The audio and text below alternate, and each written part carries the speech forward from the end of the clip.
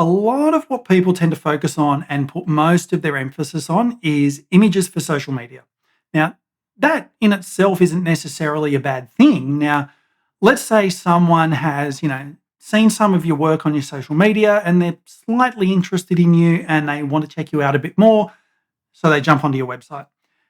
This is where you've got to back things up if you want to stand a chance. Like, if they land on your website, firstly, you've got to consider yourself lucky because out of the 2 billion websites that exist, they've somehow made their way to yours. That's literally a 1 in 2 billion chance.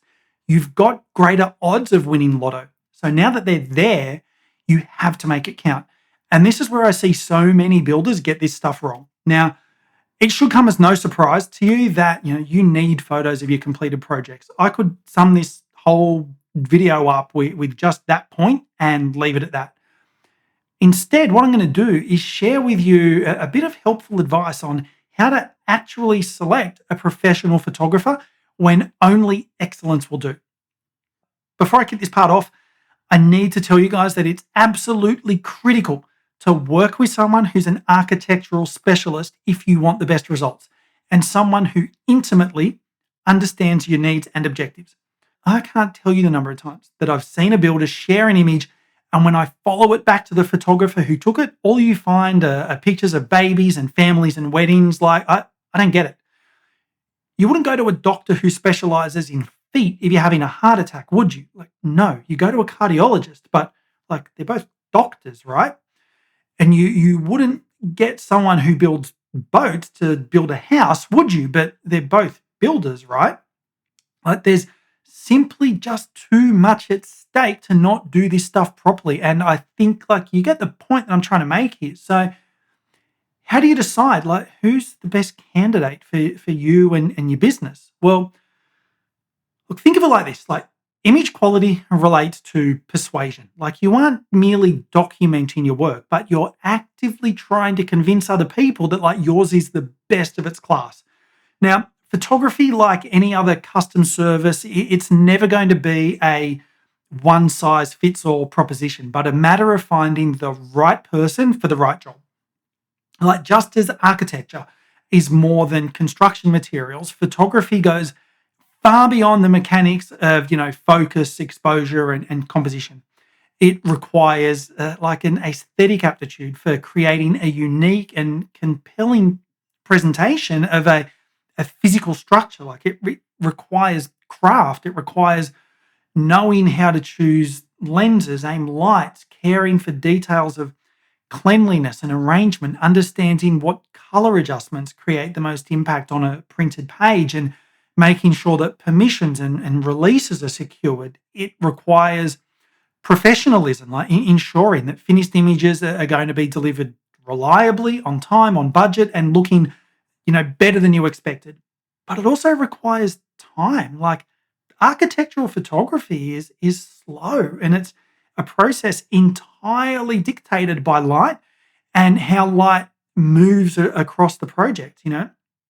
Light plays such an important part on whether an image looks good or not.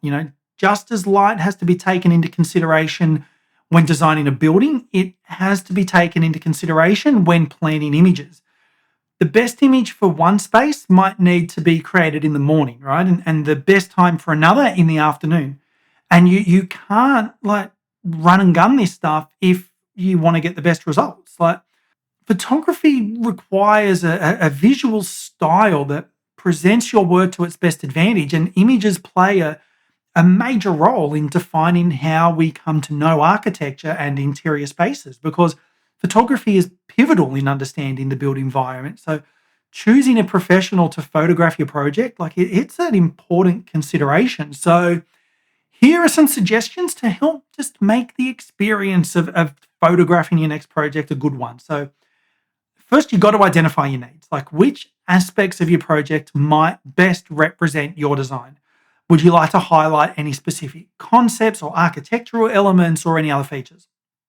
Are some areas best avoided? Which areas, would illustrate creative problem solving? And then next, ask yourself, how will you use the photography as an integrated part of your overall marketing plan?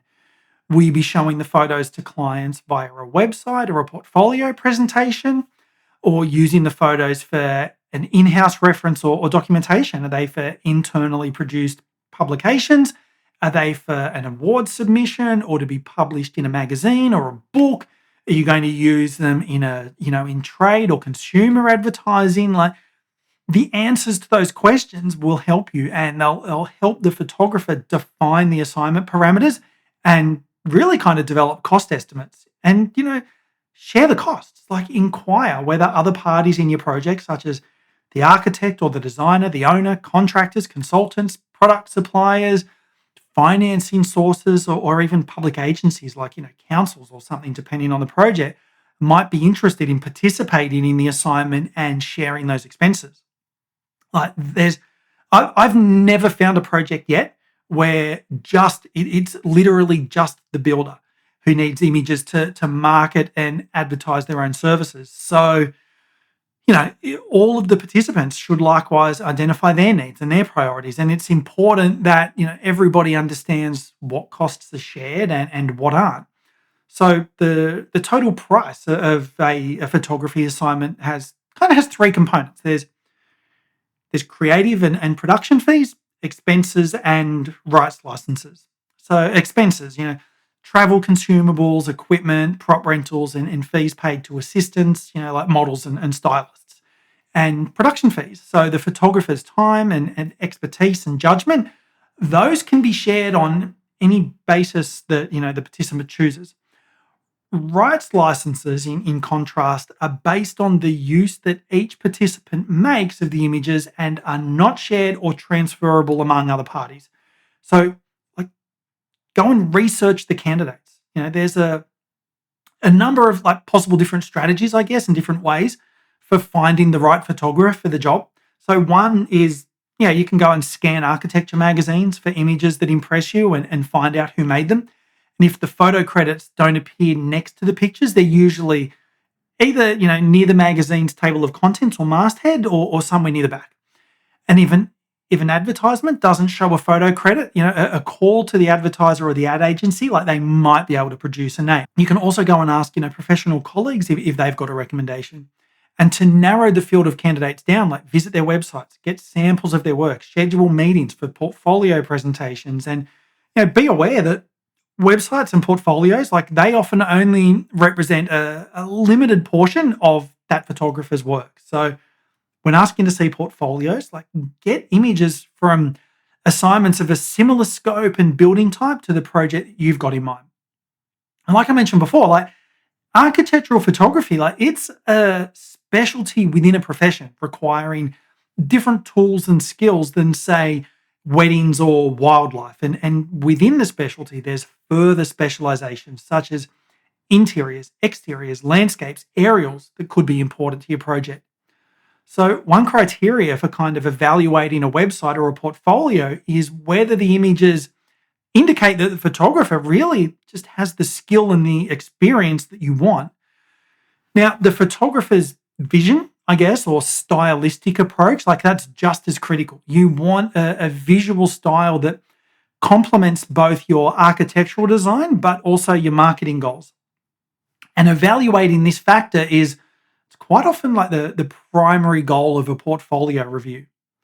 Now, next up, ask for estimates. Like, once you've identified, a couple of photographers who seem to have the experience, seem to have the skills and the vision that matches your goals, ask for estimates. And you're not looking for a lowest bidder here, but rather a confirmation that each candidate, like, they understand the nature of the assignment. So this understanding really should encompass, like, your budget as well as your marketing goals. And although photography, like, it's a competitive industry, it's not a commodity business. So expect variations in the initial proposals that you receive, like, just like building a home. No two people are going to build it for the same amount. I've always kind of joked and said, like, you can ask 5 photographers what something costs and you're going to get like 7 different answers. And it's because, like, there's no normal when it comes to this stuff. And prices can range from a few $100s to well into the thousands of dollars for a photo shoot, even more if professional staging and styling's needed. Now, The differences here might reflect the photographer's experience, professional stature, different creative approaches, and interpretations of your needs. Now, it's also worth mentioning that like an estimate is exactly that. Like it's an estimate. It's not set in stone. So if it kind of reveals a misunderstanding of your requirements, like call the photographer to discuss and discuss it with the photographer as they might, make suggestions that could get better results or even lower costs. And don't underestimate the value of a photographer's enthusiasm and experience as like he or she, like they can become a pretty important part of your creative team. You've also got to try to match your needs with a photographer's strengths, professionalism, and really compatibility with your style. Like the right photographer for you is one who understands your design ideas and can communicate them visually to the wider world. So now your estimates are in. Like how do you understand them and how do you compare them? So as a creative professional, like you undoubtedly understand the importance of accurately defining the scope of work in order to determine your own design fees or your own building fees, right? Now, similarly, to prepare an estimate, a photographer, like we've got to have a detailed description of the assignment. So before you request an estimate, like list the aspects of your project that you think might best represent your designs. Now, that list should identify an assignment description, so with any specific concepts, architectural elements, or design features that you'd like to highlight. It should look at how the images might be used, so documentation, portfolio, editorial features, advertising, design competition, submissions, websites, and so on and so forth. Other parties, such as contractors or consultants on the project, who might want to use the photos as well, and deliverables needed. So, do you need print ready images or web or social media optimized? Like these are the major factors that a photographer needs to know in order to frame an accurate, detailed estimate. And then, based on all of these factors, the photographer will then go ahead and submit a formal estimate for the assignment. Now, a photography estimate will include the assignment description plus three other components: licensing and rights granted. Now, that's right, you don't automatically own the images. What you're paying for is a license to use the images, just like you do with your Revit or your ArchiCAD subscriptions or any other computer software that you need to run your business. It'll include creative and production fees. And finally, it'll include any expenses like equipment hire, props, staging, models, and things of that nature. So let's look at each of these in turn. The assignment description. A description of the project will include its name, location, the number of views, a list of deliverables, and time frame for completing the assignment, plus anything kind of extraordinary, such as dusk shots, dawn shots, all night sessions, views from cherry pickers or aerial photos, things like that. In some cases, the photographer might propose alternatives to the initial specs. And, as a creative professional, he or she may be able to just help you visualize some ideas that, you hadn't even considered yourself, or find ways to get those desired results, but at a lower cost. Now, licensing and rights granted. So a photograph, like an architectural design, is considered intellectual property. So the photographer owns the copyright to the images that he or she creates and has the exclusive right to license their use. Now, licensing agreements are specific with regard to use and should answer three basic questions: who will use the images, how and where the images will appear, and how long will the images be used. Now, this information might be detailed in the licensing section of the estimate, or it might be supplied in a separate licensing agreement that grants specific rights to commissioning clients. If several parties agree to share the cost of an assignment, the photographer will then develop a separate licensing agreement for each individual client to cover their specific permissions and their usage rights. And we've got pricing. So a photographer's fee typically has three components: creative or production fee, license fee, and expenses. Now, unless there's some reason to separate them, photographers will quote an umbrella like creative fee that generally includes both the production fee and the license fee. Now, however, when several different parties have agreed to share costs, they usually need different licensing rights, and the production and license fees will generally be stated separately in that case. With the creative or the production fee, so this component really reflects the time and the skill that it takes to complete the assignment. So, and variables here can include, the total number of images, scheduling deadlines, site logistics, artistic considerations like unique vantage points or special times of day.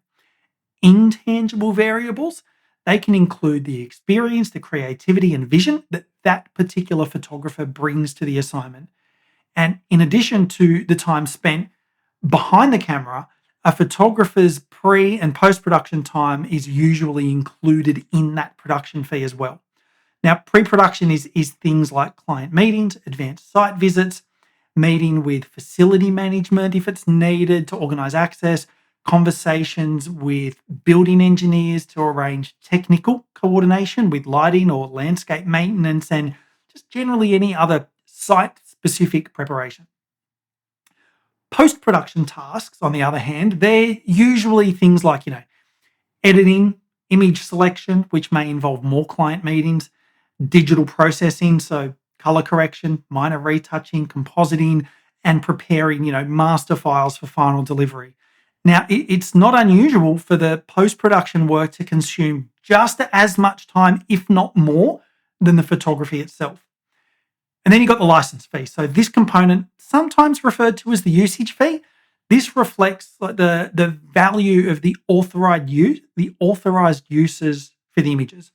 Now, value is determined by a couple of things, including how widely and for how long the images will be viewed and reproduced and typically distributed.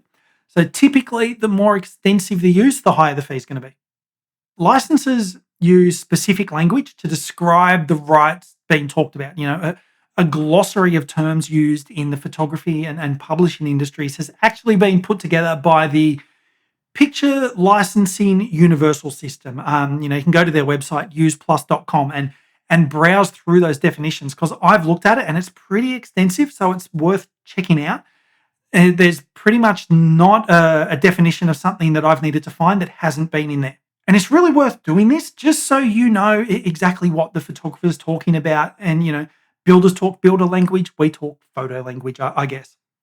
Now, to get the best value, negotiate a license for the entire group of images based on like both your current needs, but also like what you plan on doing in the future. There's no point in paying for something that you're never going to use, but it is smart business to negotiate a commitment regarding the cost of additional rights that you might need in the future. And then look at expenses. So if the job requires travel, specialized equipment, hotel stays, prop rentals, any specific insurance or fees for location access, like these are all going to be indicated on the estimate. And likewise, the anticipated cost of hiring assistants, stylists, models, they're all going to be part of that total as well.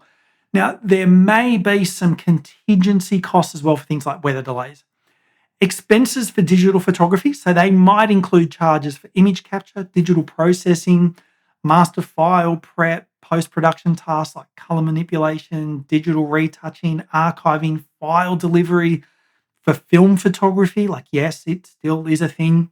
Expenses typically include material charges for film processing and supplies. Now, let's have a look at the working document. Okay, so just as a breakout of fees and responsibilities between the architect and the client allows the client to make adjustments to the project. So, breaking out the components of the fee structure allows the architects to work with the photographer in changing the proposed scope of work with minimum disruptions.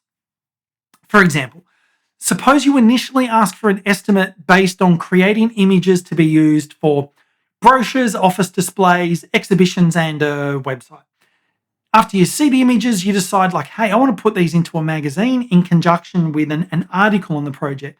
So this would, be considered an extra use for which there'd usually be an additional license fee and maybe additional expenses to deliver print optimized images, but the production fee wouldn't really need to be changed here.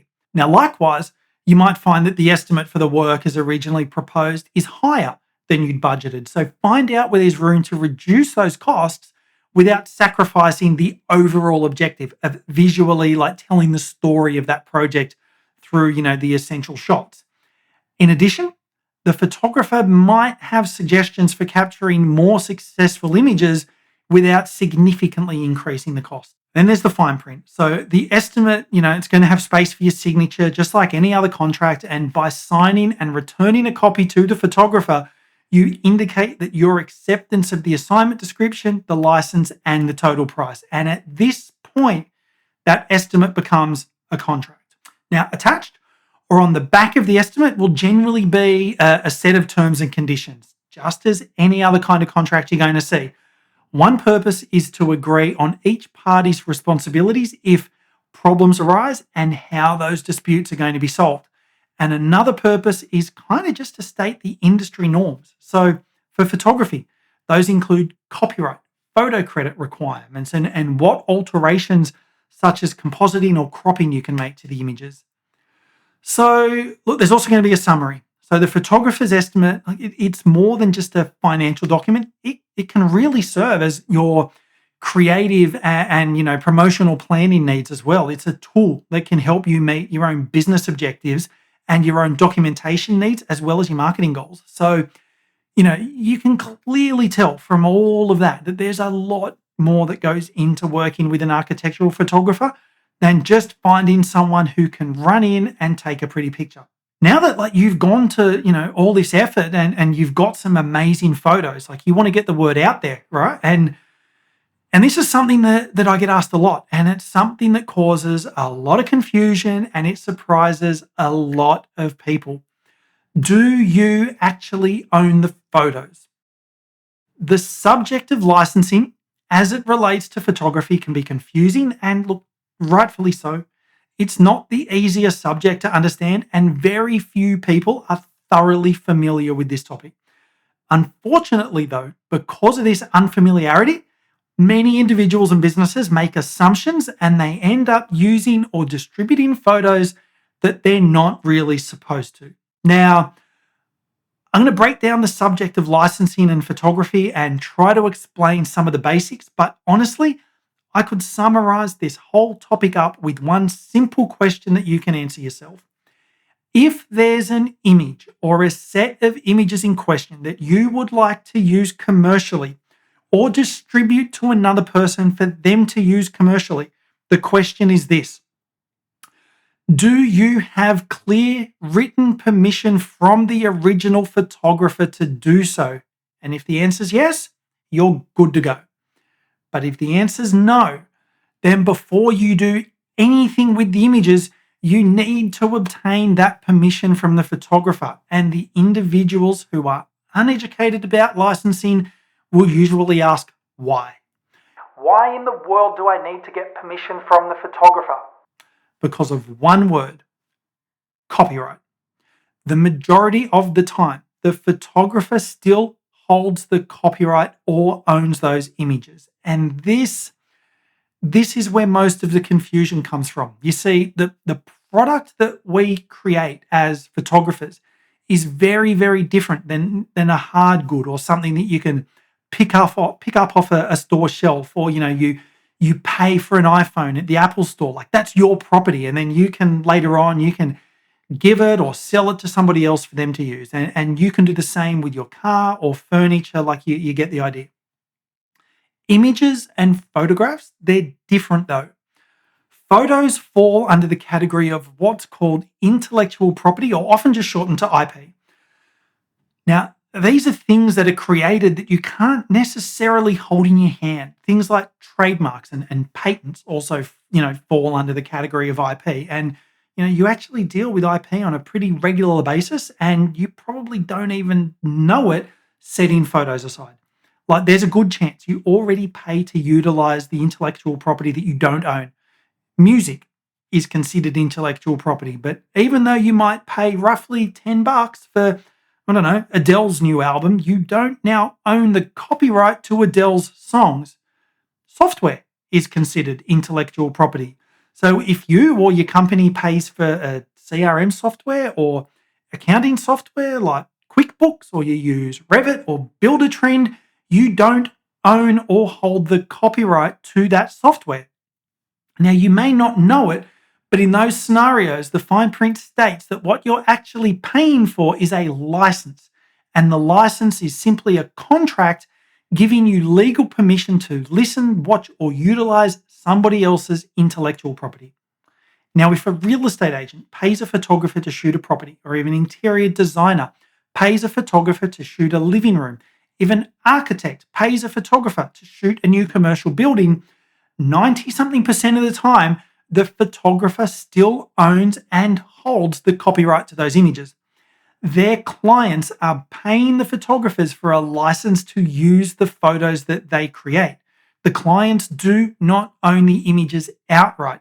And before you go thinking that this is some new modern day concept created by photographers in the digital age, rest assured, laws around copyright have been around for a very, very, very long time. And in fact, in Australia, the Copyright Act was written in 1968, and it largely remained the same until it was tweaked a little bit in 2006 in response to digital and online technology. Copyright law also grants photographers the ability to give their clients specific permissions on what they can do with the images.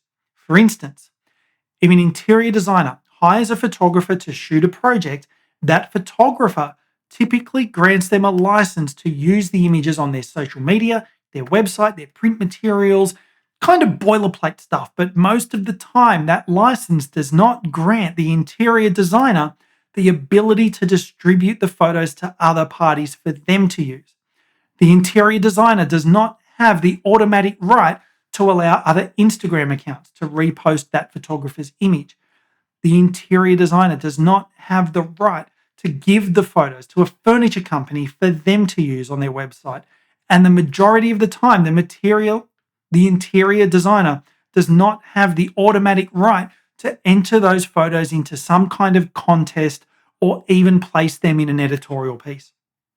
In each one of those scenarios, that third party involved needs to obtain some kind of written permission directly from the photographer and not the interior designer. And yes, many times those third parties would need to pay some kind of licensing fee.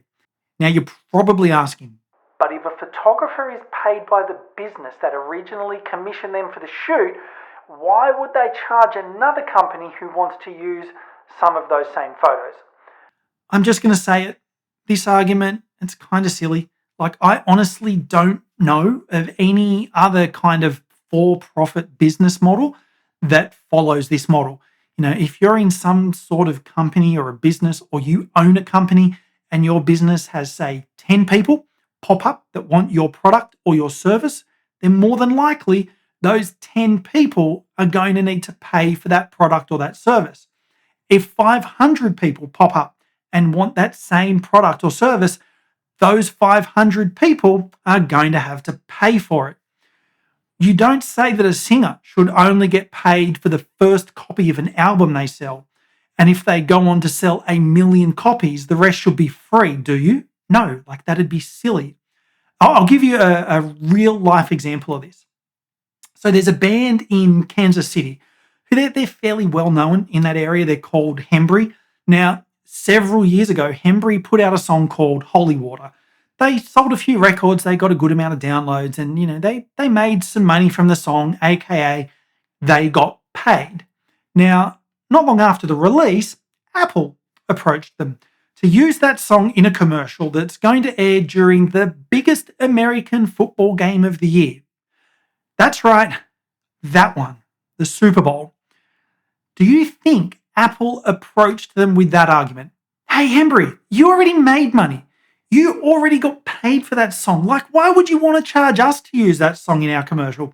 In fact, you should let us use it for free because it's going to be great exposure for you. Like, of course not. Apple obtained a license to use that song.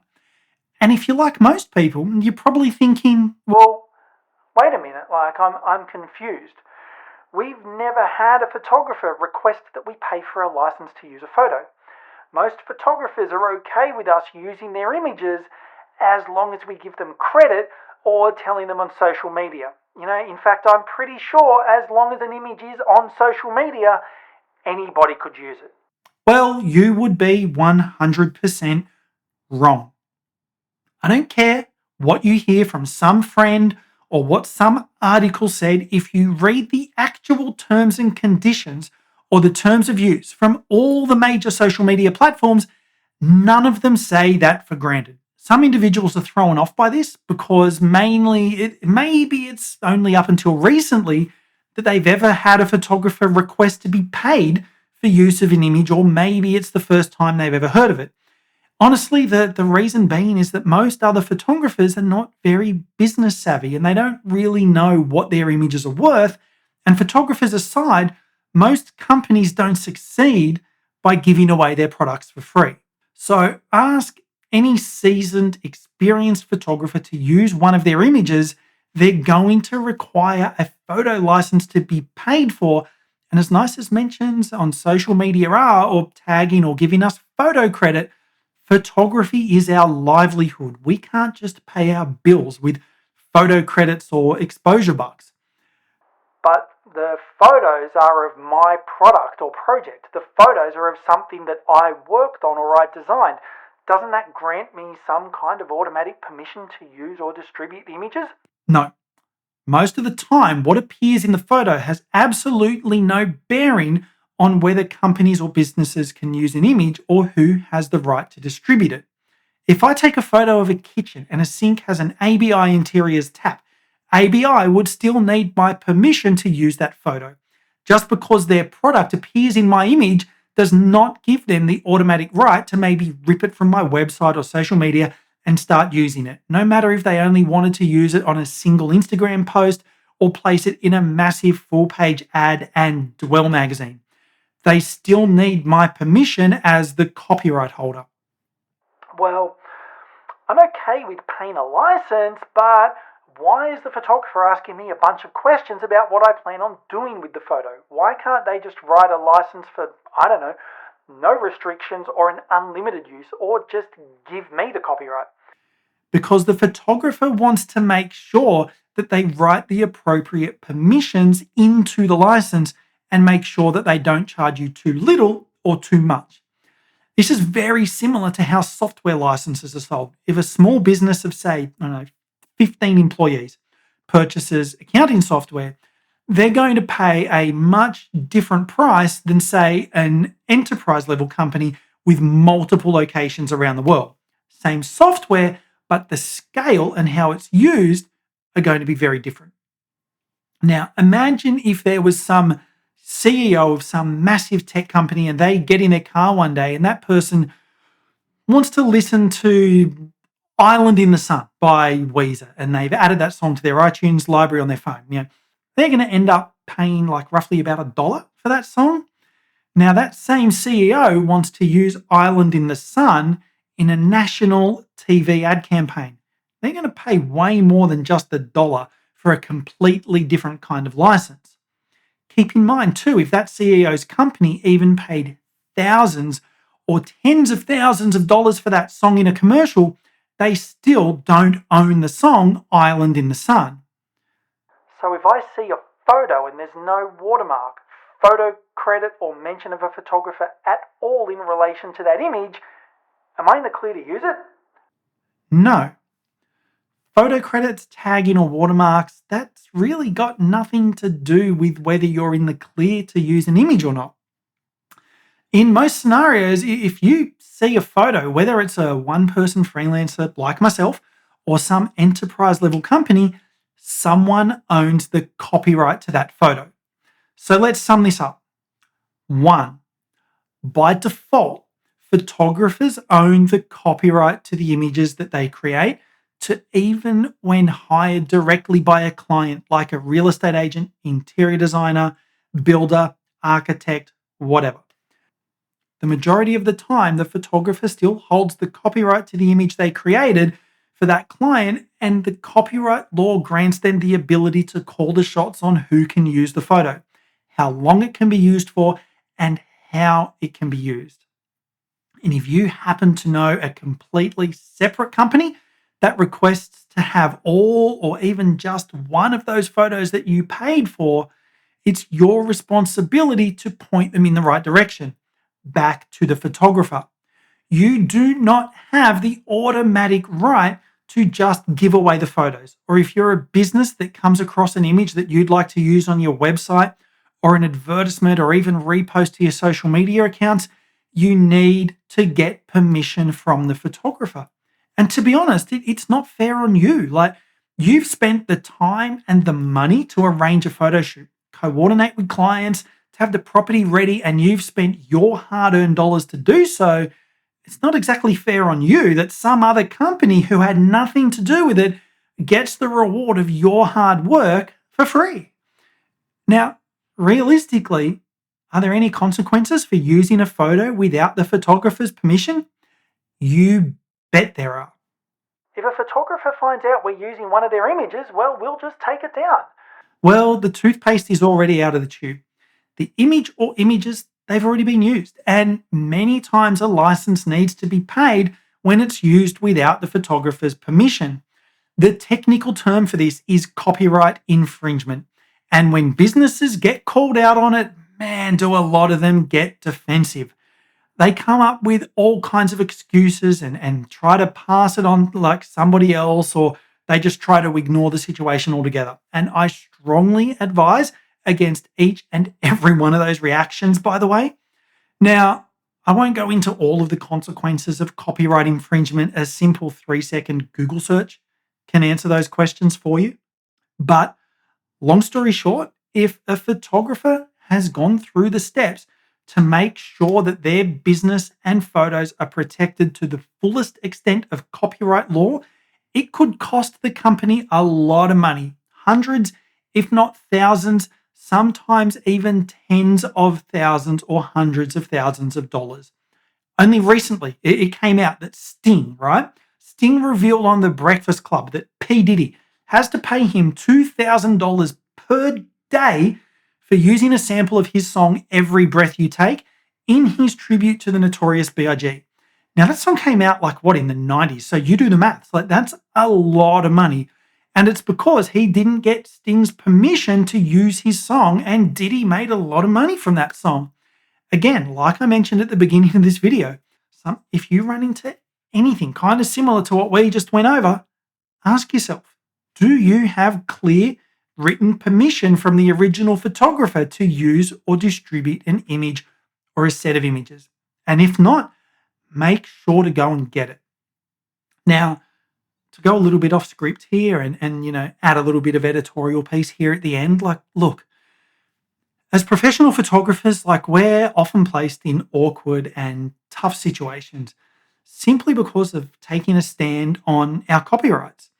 And most of the time, the reason is because, some person or a business who wants to use or distribute our photo made an incorrect assumption about the photos. And even when we, tactfully and politely speak up to correct the situation, we're met with aggressive responses and hostility, sometimes even by our own clients.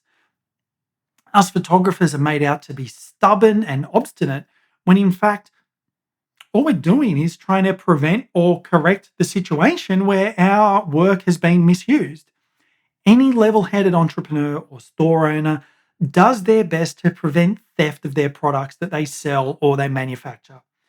If I'm caught, by a store manager for trying to sneak out an iPhone out the door in my jacket, it'd be completely ridiculous for me to lash out against the store manager because laws against shoplifting exist, and yet photographers are met with responses like this constantly. The biggest difference, instead of being a physical item that you can grab off a store shelf, our products are things that can be lifted with a simple screenshot or emailing an attachment or right-clicking save as. Now, in my personal opinion, I think many people make assumptions about using images because they're just so easy to grab. But just because I leave my car unlocked and the keys are on the dashboard, it doesn't mean that someone else legally is in the clear to go and steal my car. Yeah, it was a lot easier than smashing a window when hot wiring the ignition, but just because it was easier doesn't make it any less illegal. So before you go thinking the photographer you're dealing with is some inflexible, greedy, stubborn jerk, just simply remember that we're simply professionals running a business, trying to make a living and prevent the misuse or theft of the images that we produce. That's all.